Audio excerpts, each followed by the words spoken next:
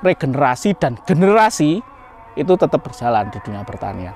Artinya apa sebenarnya? Kalau kita ngomong pertanian hari ini wajahnya sudah berbeda. Saya bukan orang pertanian asli, saya orang engineering. Ketika awal saya bertani, kita mendapatkan cemooh, tidak jarang kita ditertawakan. Ke depan, petani itu tidak hanya pegang cangkul, bisa jadi petani itu akan pegang smartphone. Jadi kita harus mengklaster petani itu hulu dan petani hilir. Inilah yang dinamakan kolaborasi petani milenial dan petani bahasanya kolonial. Ayo kita kolaborasi.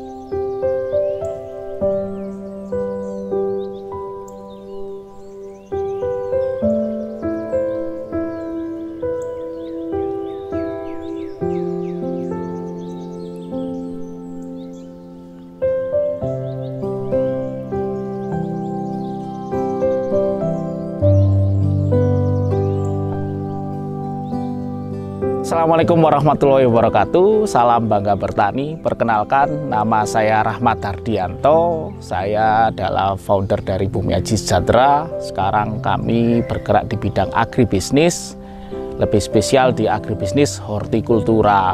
Kami memang di lokasi ini di Desa Bumiaji, Kecamatan Bumiaji, Kota Batu, Jawa Timur. Asal muasal kami tertarik bidang pertanian yaitu tahun 2012 saya melihat banyak potensi yang luar biasa di tempat ini. Putra mantu dari Bapak Imam Ghazali. Bapak Imam Ghazali itu dulunya adalah guru saya SMA, sekarang sudah jadi bapak saya. Beliau itu nanam jambu kristal itu mulai tahun 2006, tapi mulai kecil sudah di dunia pertanian. Kalau saya memang orang engineering, saya kuliahnya di teknik mesin, Universitas Brawijaya. Pertama kali saya makan buah ini di negeri seberang sih memang. Orang tua saya awalnya ngomongnya ini adalah jambu apel. Kenapa seperti itu? Ya ada bahasa promosi, ada memang realitanya seperti ini. Bijinya sedikit, lebih crunchy. Kalau kita makan, nah manis, renyah. Ini yang menjadi pembedanya jambu kristal jenis Taiwan ini. Ketika di Batu memang banyak komoditas pertanian seperti apel, seperti jeruk. Tapi orang tua saya kok yang komoditas yang berbeda. Ternyata ini menjadi salah satu khasana hortikultura yang ada di Batu. Bahwasanya kondisi geografis di kota Batu ini sangat memungkinkan untuk ditanam beberapa macam jenis komoditas, buah dan sayur. Nah, melihat potensi itu, saya resign dari pekerjaan. 3 bulan saya setelah nikah, ya pekerjaan menjadi nomor 1 ya. Tapi ketika saya melihat potensi, ya saya resign dari pekerjaan sebelumnya. Yang pertama saya lakukan adalah risk market. Karena saya tahu di sini, di tempat ini, kondisi hortikulturanya sangat mendukung. Saya masih ingat kalau kita makan ini di Jakarta tahun 2008-2009, 1 onsnya jambu kristal guava Taiwan yang asli, itu 4.800. Jadi kalau 1 kilo kan 48.000. Wah, itu nilainya kan fantastis ya untuk ukuran buah lokal. Dan saya masih ingat di sini, di belakang kita ini, orang tua saya itu punya 60 pohon. Tahun 2012, bagaimana kekuatan hashtag Twitter itu luar biasa. Saya hitung ini Pak, kita ngomong kapasitas produksi per pohon. Rata-rata 1 pohon tahun 2012 waktu kita hitung itu 253 sampai 278 buah. Lumayan, kalau 1 kilo isi 4 sampai 5, berarti 1 pohon 60-an kilo lah. Orang tua saya punya 60 pohon, berarti sekitar 3,6 ton.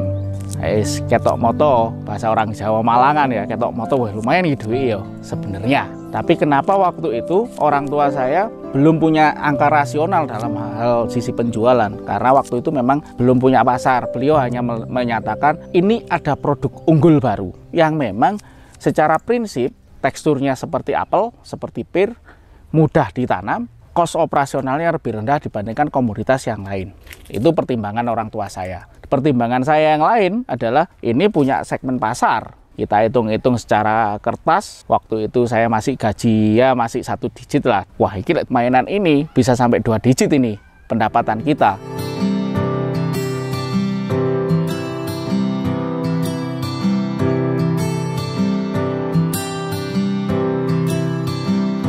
Alhamdulillah orang tua saya, dalam hal ini Pak Imam Ghazali, satu-satunya yang mendukung tanpa menolak. Kalau istri saya masih bimbang, apalagi ibu saya, ibu kandung saya, wis lah ini kamu ini enak-enak kerja kok malah resign, nanti istrimu kamu kasih makan apa? Dan saya memulai ini dengan angka 500.000. Cuman untuk beli apa? Beli bahan kemasnya. Saya cari bahan kemasnya, kita googling, kita cari di mana ini, cari foam, cari ini. Kalau kita beli jambu seperti ini, saya masih ingat dulu kita jualnya memang 15.000 sebelum kenal seperti ini. Dari tahun 2012 sampai hari ini pun ketemunya 15.000. Artinya fluktuasi harga pun kita masih stabil. Kalau itu harga di kebun, ada ketemu buyer, ada ketemu end user, macam-macam nanti. Tapi artinya ketika kita sudah tingkatkan nilai tambah lewat packaging seperti ini sudah bisa bertahan sampai 3 minggu dibandingkan yang masih belum terkemas. Terus kita kasih branding namanya Bumi Aji, menunjukkan sebuah lokasi. Bumi Aji, bumi yang aji. Nah, kita memang sudah mulai awal sudah kita branding. Sampai pada akhirnya dari luasan lahan cuma 60 pohon tahun 2012, 2014 bertambah jadi 670 pohon, 2017 sudah sekitar 7.000-an pohon, hari ini targetnya 11.800 pohon. Dengan pola kami kemitraan. Kami cuma punya lahan di sini aja, tapi kami punya pohon induknya. Ini yang kita bagi-bagikan. Kalau kita lihat ini di Cangkok, ini dan sebagainya. Ini memang kita bagikan ke petani mitra. Kami berpikir, berkonsep bahwasanya pemberdayaan ekonomi ini kepada petani-petani lokal. Kami tahu angka rasional HPP dari buah ini berapa karena kami juga petaninya. Kami upkan supaya petani itu mendapatkan nilai yang terbaik. Begitu pula dengan pasar. Kita akan mengklaster, ada yang premium seperti ini. Kalau seperti ini sudah pasti 250 gram up ke atas. Ada yang memang lebih kecil, 200 gram, macam-macam. Sampai pada rantai pasokan untuk kebutuhan market hari ini seminggu 2 ton. Padahal target kami 5 ton per minggu. Apakah mungkin? Sangat mungkin. Ini pola kami adalah pola kemitraan. Kami tidak mencetak sawah, enggak. Kami mendata petani-petani lokal. Kita kasih presentasi ke mereka tentang bagaimana profitable-nya dari jambu ini, kita kasih proyeksi usahanya, kita kasih bibitnya, kita kasih SOP-nya. Ada 3 syarat jadi petani mitra. Yang pertama dia memang punya lahan, yang kedua mau menerapkan SOP yang sudah kita tetapkan, yang ketiga kalau usianya di atas 50 tahun, anaknya harus mau bertani. Sehingga regenerasi dan generasi itu tetap berjalan di dunia pertanian. Artinya apa sebenarnya? Kalau kita ngomong pertanian hari ini wajahnya sudah berbeda. Saya bukan orang pertanian asli, saya orang engineering. Ketika awal saya bertani, kita mendapatkan cemooh, tidak jarang kita ditertawakan. Kenapa? Zaman 2012-2013 kami memasarkan lewat online. Orang-orang lokal sekitar, bagaimana cara bisa memasarkan produk tanpa kita ketemu pembelinya, tanpa ada transaksi yang terjadi secara nyata seperti ini. Dan saya sadar karena saya bukan orang pertanian, saya kasih mindset ke beberapa personal dan stakeholder. Ke depan petani itu tidak hanya pegang cangkul, bisa jadi petani itu akan pegang smartphone. Jadi kita harus mengklaster petani itu hulu dan petani hilir. Hari ini kan anak-anak sudah ngomong TikTok, sudah ngomong dia rebahan aja sudah ada yang order. Artinya apa? Mereka pun juga berkontribusi terhadap segmen pemasaran dari hasil pertanian. Inilah yang dinamakan kolaborasi petani milenial dan petani bahasanya kolonial. Ayo kita kolaborasi. Dalam hal ini kami pun juga punya banyak produk turunan. Karena dari satu jenis seperti ini, kalau kita ngomong integrated farming for sustainable, kita harus tarik pohon industrinya. Ini akan bisa buat apa saja. Ini bisa dijadikan apa saja. Tidak hanya kita jual fresh. Untuk meningkatkan nilai tambah, ya pasti harus ada proses afternya atau post harvestnya. Nah, ini yang penting.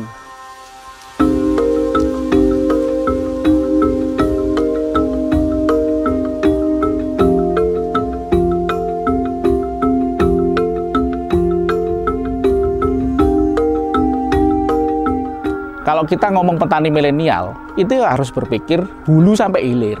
Mana yang belum tergarap di sektor pertanian dan punya potensi, ayo kita kerjakan. Seperti hari ini ya, kita di channel YouTube seperti ini. Kalau nggak ada resonansi, artinya berita baik soal pertanian, bagaimana kita akan mempengaruhi yang lain untuk bertani. Pola-pola seperti inilah memang yang harusnya ini digencarkan lebih kepada petani-petani. Bahwasanya petani hari ini untung, asalkan mereka melakukan hulu sampai hilir.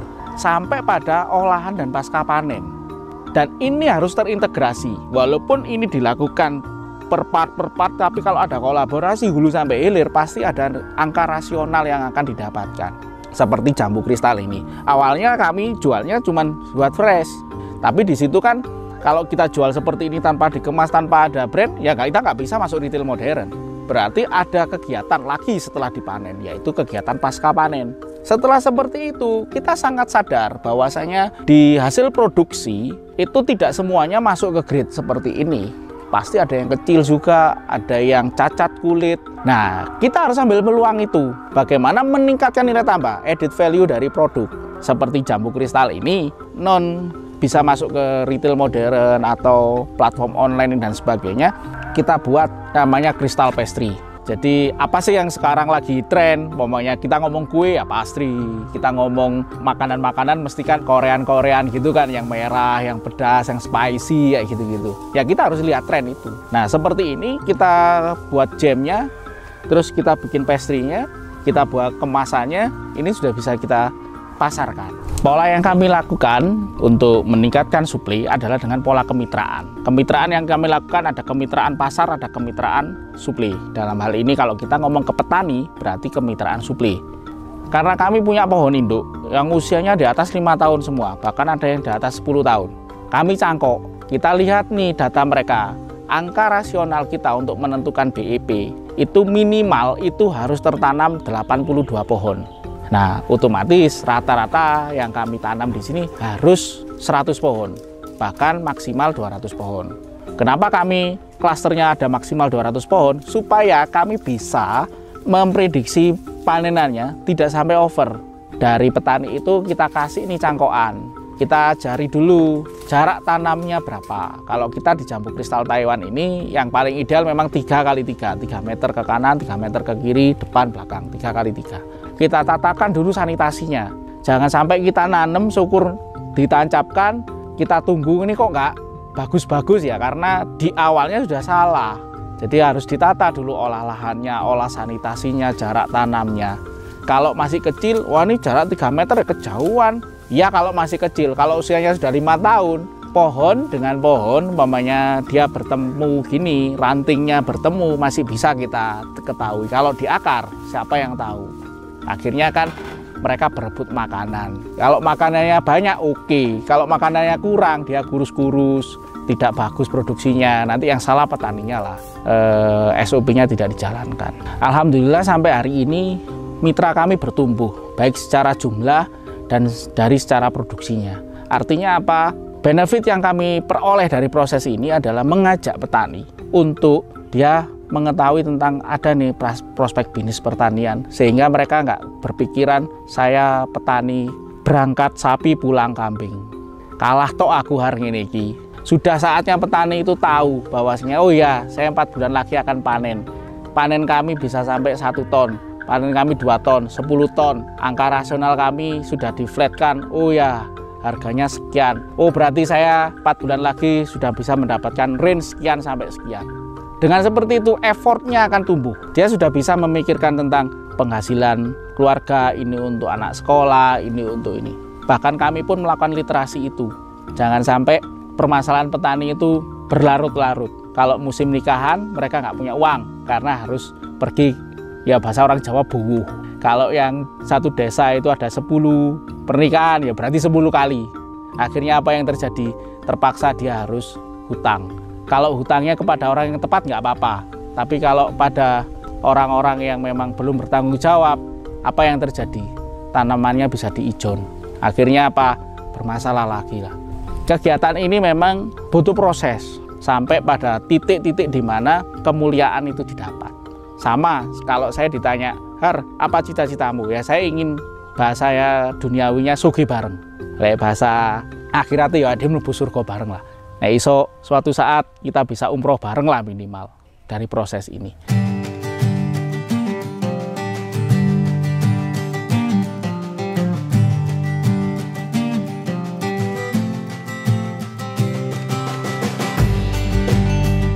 Hari ini kami pun juga ada sayur, kita ngomongnya sayur kali seperti ini kil.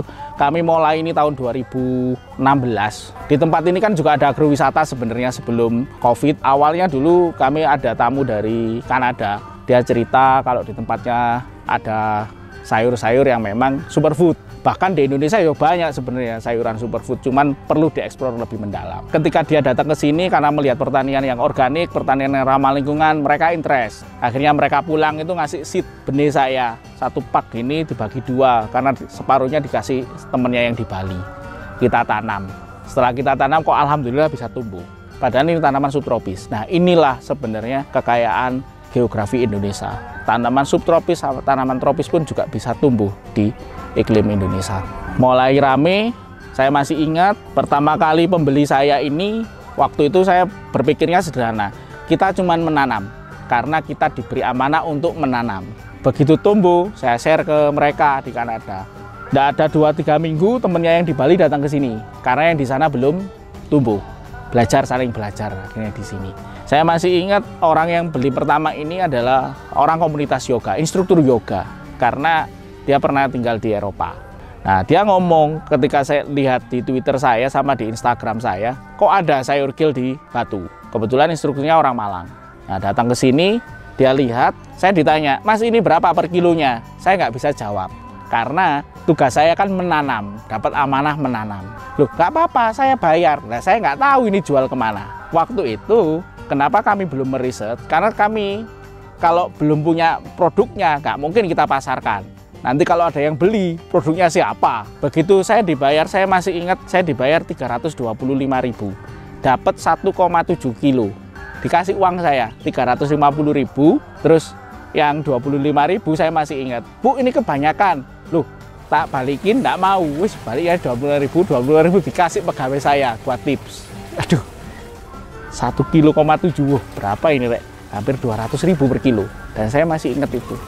Dia cerita ke saya, daripada saya impor, lebih baik di sini. Yes, itu poinnya. Dari situ akhirnya, oh ini ada yang beli ya ternyata ya. Akhirnya saya makan. Waktu itu kan saya belum tahu ini caranya makan gimana. Ya kita akhirnya riset, kita makan ini dan sebagainya. Oh berarti ini mulai kita ngomong lifestyle yang healthy food. Karena orang-orangnya segmennya ketahuan, ini siapa yang makan ini. Seiring berjalannya waktu, saya masih ingat saya harus pakai Alibaba untuk import ini karena masih belum ada waktu itu di Indonesia. Kita semai, kita luaskan, mulai kita promote, bikin story-nya tentang sayur gil ini apa, ini dan sebagainya, superfood itu apa. Saya masuk ke komunitas-komunitas, lewat yoga ada, lewat gym ada, beberapa anak-anak muda mulai ini jalan. Alhamdulillah saya masuk ke retail modern. Jadi kalau saya ditanya, Mas, sama nih beneran lah jualan sayur harganya sampai ratusan ribu. Loh nggak percaya, ini loh ada yang beli. 2 tahun saya menjalani bisnis ini, Pak. Saya punya aset tanah, saya punya aset mobil. Dan alhamdulillah rumah sudah lunas. Berkat kita bertani seperti ini. Artinya apa sebenarnya kalau kita tahu segmen pasarnya jelas, profitable-nya oke, secara produksi usaha, ayo kita lakukan. Dan ini saya alami sendiri. Dulu saya masih ingat 2014 ada yang ngomong, wes ojo bertani. Jangan kuliah pertanian. Sekolah tinggi-tinggi nanti kayak Hardi. Sudah dapat pekerjaan enak, sekolah tinggi-tinggi, akhirnya juga ke lahan, ke sawah lagi. Dengan orang yang sama, anaknya yang nomor 2, tahun 2017 dia ngomong, wis sekolah pertanian, dan kok Hardi, cepetan, nanti biar cepet dapat rumah, biar biasa beli mobil ini dan sebagainya. Ini kisah nyata saya, dan saya melihatnya ini sebagai effort yang positif. Saya tidak ngomong kita yang paling terbaik, tapi minimal kita bisa mengajak masyarakat sekitar. Alhamdulillah perencanaan-perencanaan mulai SWOT, mulai macam-macam yang kita kerjakan itu real terjadi. Jadi forecasting kita tentang supply-nya seperti apa, demand-nya seperti apa, rantai pasokannya seperti apa, logistiknya bagaimana, kita memang riset itu semua dan kami punya datanya. Alhamdulillah hari ini dengan berbagai permasalahan karena pandemi ini, malah kami lebih kreatif akhirnya. Kita bikin produk-produk olahan. Jadi saya masih ingat bulan Maret, April, berarti bulan Mei, saya menghabiskan hampir 120-an juta untuk investasi mesin, semuanya untuk ini, untuk itu. Tak lain dan tak bukan karena kami akan sangat tertekan kembali kalau kami nggak bisa melakukan olahan. Kami akan sangat bermasalah lagi karena suplainya sudah terlalu banyak, serapannya minim. Sampai hari ini ada 14 produk. Ada yang namanya, yang ini lagi tren, ini bunga telang. bisa buat teh. Biasanya dicampur sama lemon seperti ini. Jadi kita punya lemon organik, tinggal diseduhkan 4-5 biji bunga telang, air panas, kasih 1 lemon dried seperti ini, ya insya Allah jadi produk sehat. Dan ini alhamdulillah banyak permintaannya di platform-platform online.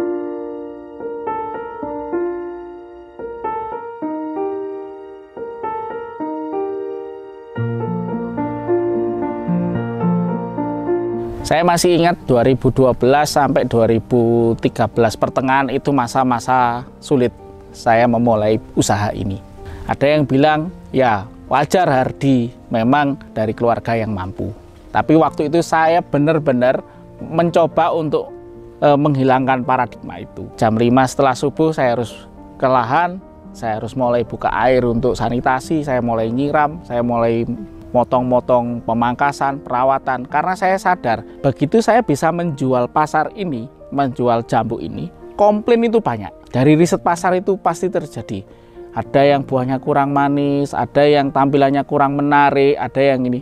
Jadi ketika petani yang dari hilir itu sudah tahu tentang spek kebutuhan pasar, otomatis dia akan berpikir saya harus ke source-nya. Kalau nggak seperti itu kita nggak akan tahu kemauan pasar itu seperti apa sesuai dengan kebutuhan suplainya. Kebanyakan petani hari ini kan yang penting ditanam, dibawa ke pasar sudah nggak tahu siapa yang beli. Hari ini sudah beda loh, konsumen pinter-pinter kan. Nah itu awal kami 2012 sampai 13 pertengahan luar biasa jatuh bangunnya. Masa-masa itu akhirnya alhamdulillah karena saya punya istri yang bisa support saya, keluarga internal saya sangat support saya. Kebetulan istri saya juga sarjana pertanian, lanjut di ekonomi. Begitu anak pertama saya lahir, istri saya bilang, ya wis ayo kita kolaborasi bareng. Akhirnya istri saya resign dari pekerjaan di lembaga keuangan. Saya berdua akhirnya. Mulai setir kanan setir kiri, artinya kita kolaborasi. Saya banyak di operasional manajemen, istri saya banyak di administrasi finansial. Ini menjadi salah satu titik balik saya ketika istri saya sudah kolaborasi dengan saya, terus pasar sudah mulai jelas, masuk supermarket. Problem lagi adalah di suplai. Saya masih ingat kalau kita nambah lahan, tidak memungkinkan karena asetnya harganya terlalu mahal. Yang paling memungkinkan adalah bermitra, bekerja sama, bikin pola kemitraan. Awal kami coba dari 10 orang, yang mau ikut cuma 2. 8 orang rata-rata mencemooh. Apa yang mereka khawatirkan? Iso dodolan. Ada jaminan pasar nggak? Realistisnya petani seperti itu. Tahun 2016-17 nambah lagi. Saya share 30 orang, yang ikut 12 orang. Hari ini 2020-2021 saya share 50 orang, yang daftar 80 orang. Artinya apa? Sebenarnya petani itu butuh bukti. Tetapi kami pun juga ngomong ke petani, kalau sampean butuh bukti, kami bisa buktikan. Tapi produk sampean harus sesuai bukti sampean. Artinya kita terikat dan mengikat. Bukan berarti kita pengen menang sendiri, enggak. Ini soal quality dan quantity. Ini soal bagaimana produk kita bisa diterima di pasar. Jangan sampai 47 orang ini 1-2 orang bermasalah, akhirnya 47 orang di blacklist semua. Paling simpel adalah ketika kita sudah menerapkan SOP, ada 1-2 petani yang tidak menerapkan, akhirnya rasanya tidak standar. Komplainnya itu bukan ke petaninya, tapi ke kita, ke usaha kita, yang notabene itu semuanya. Nah ini yang menjadi sampai hari ini tetap kita lakukan quality controlnya. Semua pasti punya cerita, semua pasti punya naik turunnya sebuah usaha, itu sangat normal. Bagi kami itu adalah dinamika.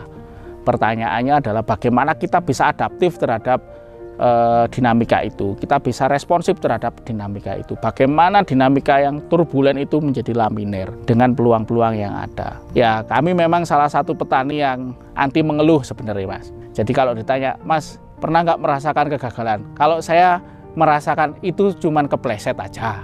Tapi kita bagaimana kita segera bangkit gitu. 10 kali kita jatuh, 1 kali bangkit. Dan pula sebaliknya, yaitu menjadi paradigma kita bersama sih sebenarnya. Memang tidak sesemut yang saya ceritakan, tapi saya nyata 2012 sampai tahun 2021 kami bisa survive, kami bisa bertumbuh.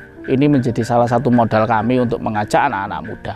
Kami memang lebih banyak ngomong makro tentang pertanian. Kepingin ngerti tentang mikro pertanian, monggo datang ke tempat kita. monggo kita sharing. Kami ada lembaga namanya P4S, Pusat Pelatihan Pertanian dan Perdesaan Swadaya. Silakan teman-teman mau belajar ke sini, silakan mau saling sharing di sini. Kami tidak sempurna, tapi kami ingin menjadi sempurna.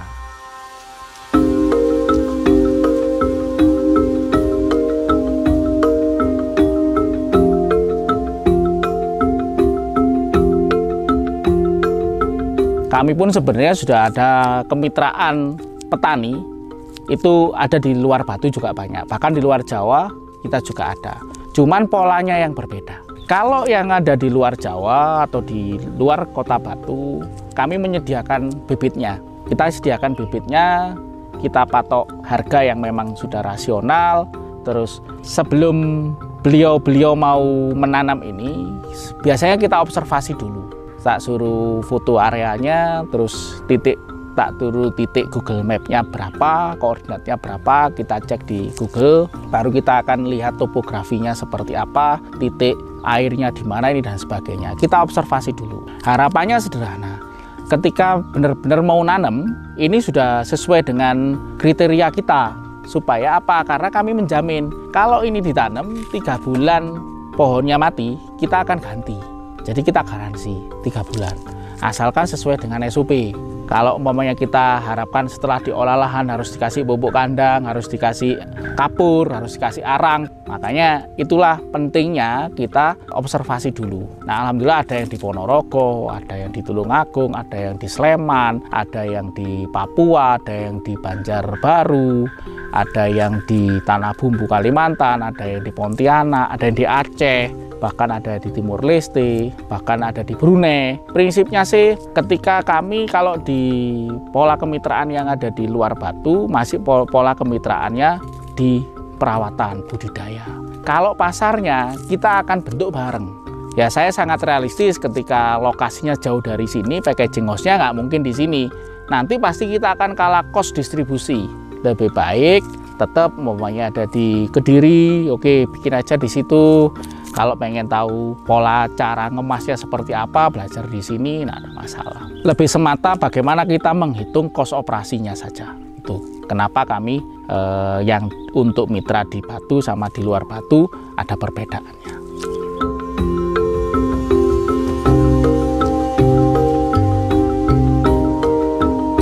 Harapan kami sih sederhananya adalah, ayo anak-anak muda ayo kita bertani. Bahwasanya hamparan kita luas, kondisi geografis kita memungkinkan untuk itu. Ayo kita mulai bertani dengan benar. Ayo kita yang anak-anak muda ini mulai perkenalah data spasial. Mulailah kenalkan kalian anak-anak IT, anak-anak teknik, anak-anak manajemen, anak-anak ekonomi. Ayo kolaborasi. Bahwasanya pertanian ini harus dikerjakan secara hulu sampai hilir. Tidak bisa selesai oleh jurusan pertanian saja. Kenapa kami harus kolaborasi? Ya, tujuannya untuk terintegrasi dengan pelipatan waktu, pelipatan digital, semua serba sangat mudah. 17 Agustus kemarin melepas ekspor di bidang pertanian hampir 6,9 triliun, hampir 7 triliun. Di mana yang lainnya lagi tiarap, pertanian bisa grow up. Apalagi nanti 2045 ada kemungkinan kita bonus demografi. Apakah nanti bonus demografi ini kita hanya sebagai konsumennya saja, atau kita akan menjadi pemainnya untuk kita bisa lebih berdedikasi di ekonominya. Di konstelasi itu kita bisa bermain.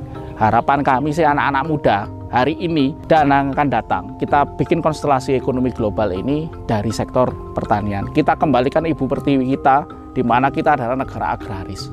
Bagaimana kita berdaya di negeri kita sendiri, bagaimana kita bisa melakukan aktivitas-aktivitas yang memang bermanfaat bagi ketahanan pangan Indonesia. Dari saya, Rahmat Dardianto, founder dari P4S Bumi Sejahtera, salam petani maju, mandiri, modern. Terima kasih. Wassalamualaikum warahmatullahi wabarakatuh.